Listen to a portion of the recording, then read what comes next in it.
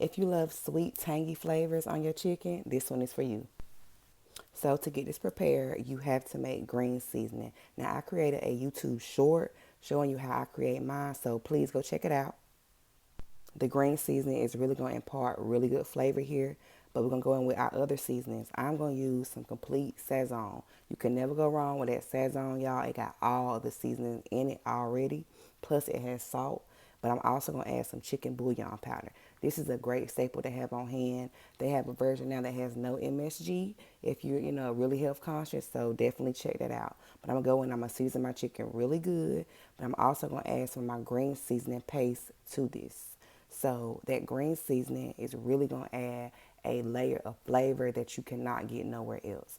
You can let this marinate longer if you like, but trust me, it's going to impart flavor. So we're going to pull out the air fryer, y'all, because we are not trying to heat up that oven. But I did preheat the air fryer to 370 just to get it hot and ready. You're going to add your chicken drumsticks or whatever pieces you decide to use to your air fryer. We'll cook it for about 25 to 30 minutes. Add a little bit more seasoning on top just because, but you really didn't even need it.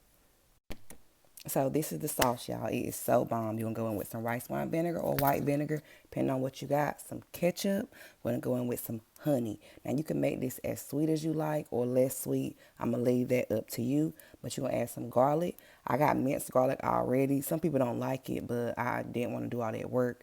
But I'm adding some soy sauce into the mix, too, because it is going to impart like a little Asian vibe to it. And you need that ginger. Puree ginger. You can chop it up, but you can also buy it. All right, we're going to boil that sauce down and reduce it. Take your chicken out of the air fryer once it's done, and you're going to sauce your chicken up really, really good, y'all. Do not waste this sauce. So what I did was I put it in a bowl, and I'm going to shake it up and make sure I get it coated really, really well. Because, y'all, this sauce is so good. Like, I'm imagining now, you could put it on salmon. You could put it on probably like maybe like a burger or something. But it's really good on a lot of different things. Y'all, this meal would be perfect, yes, for a weeknight, but you can also make this on Sunday with some good old sides, some macaroni and cheese, some cabbage, some cornbread, y'all. Like, this would be so good. Y'all, thanks for watching. Make sure you like, comment, and subscribe.